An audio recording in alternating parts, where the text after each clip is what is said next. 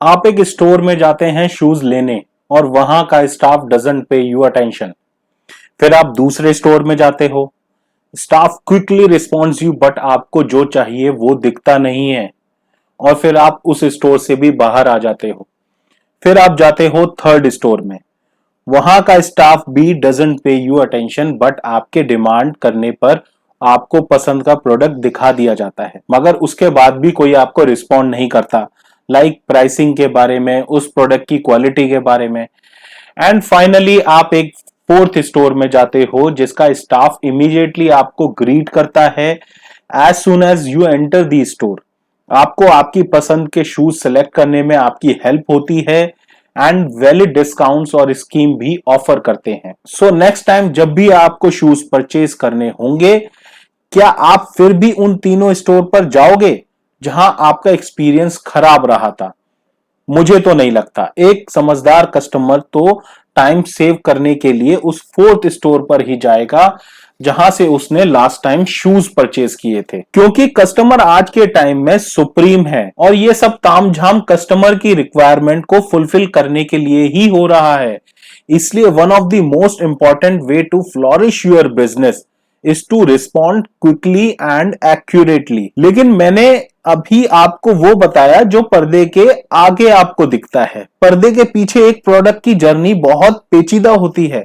उसकी complete supply chain journey के पीछे बहुत सी स्ट्रेटेजीज होती हैं, बहुत कॉम्प्लेक्सिटी होती है। आपने कोई ड्रेस देखी या कोई पेयर ऑफ शूज किसी के पास देखे और वो आपको बहुत पसंद आए, आप इमीडिएटली मार्केट गए और सेम पेयर ऑफ शूज या वही ड्रेस आपने कोई ड्रेस या कोई पेयर ऑफ शूज किसी के पास देखे और वो आपको बहुत पसंद आया, आप इमीडिएटली मार्केट गए और सेम पेयर ऑफ शूज या वही ड्रेस आपने भी परचेज कर ली।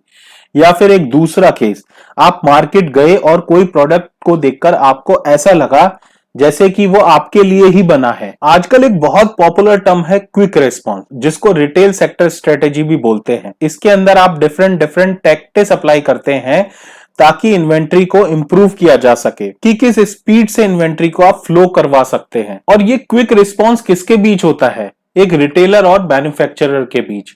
और जब आप इस स्ट्रेटेजी को फुली इंप्लीमेंट कर देते हैं तब आप जस्ट इन टाइम प्रिंसिपल पर काम कर रहे होते हैं।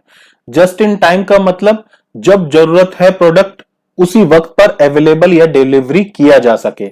मतलब जब भी स्टॉक रिफिल लेवल पर पहुंचे, ये information directly raw material vendor तक पहुंच जाए। मतलब एक एग्जांपल के तौर पर एक ड्रेस जिसकी डिमांड बहुत ही अच्छी है, जैसे ही वो रिटेलर के पास फिनिशिंग स्टेज पर हो, फैब्रिक मैन्युफैक्चरर तक इसकी इंफॉर्मेशन पहुंच जाए ताकि वो फैब्रिक मैन्युफैक्चरर तक पहुंच और मैन्युफैक्चरर के पास वो ड्रेस स्टिच होकर डिस्ट्रीब्यूटर के थ्रू होते हुए रिटेलर के पास पहुंच सके। लेकिन क्वेश्चन है कि क्या ये मुमकिन है? जी हाँ, बिल्कुल मुमकिन है, ईडीआई के थ्रू। ईडीआई मतलब इलेक्ट्रॉनिक डेटा इंटरचेंज के थ्रू।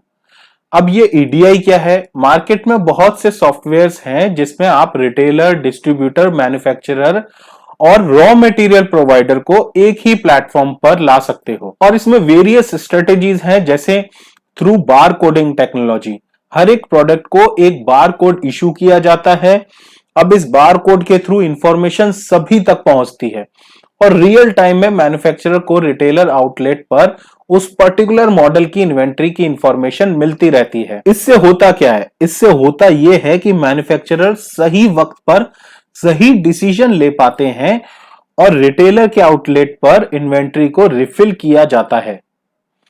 टेक्नोलॉजी लगातार इंप्रूव होती जा रही है और हर एक सेक्टर में इसका यूसेज इंक्रीज होता जा रहा है। सप्लाई चेन के लिए तो ये वरदान साबित हो रही है। आज इंफॉर्मेशन आपकी टिप्स पर है और सप्लाई चेन में information is the only thing that saves a lot of cost for the organisations in terms of inventory, raw material and lot more. Inventory reduction किसी भी ऑर्गेनाइजेशन के लिए एक मैंडेटरी एक्सरसाइज बनती जा रही है। If you are fat with your inventory, you can't run and adjust in different circumstances. There are many ways nowadays and many strategies through which you can reduce your overall cost in your organization. और वो कहते हैं ना, जो आपने बचा लिया बस वही आपका है, जो इन्वेंट्री के रूप में आपके गोडाउन में है उसका कुछ नहीं पता, अचानक कुछ हो जाए और ये सब बेकार हो जाता है। तो ये था हमारा आज का टॉपिक, जिसमें हमने ये जाना कि क्विक रिस्पांस और एक्यूरेट रिस्पांस क्या है, इसकी जरूरत क्या है, इसकी इंपॉर्टेंस क्या है और इसको इंप्लीमेंट करने से क्या क्या बेनिफिट्स हो सकते हैं हमारी ऑर्गेनाइजेशन को। Thanks for your time. मिलेंगे फिर एक न्यू टॉपिक के साथ, तब तक धन्यवाद, शुक्रिया।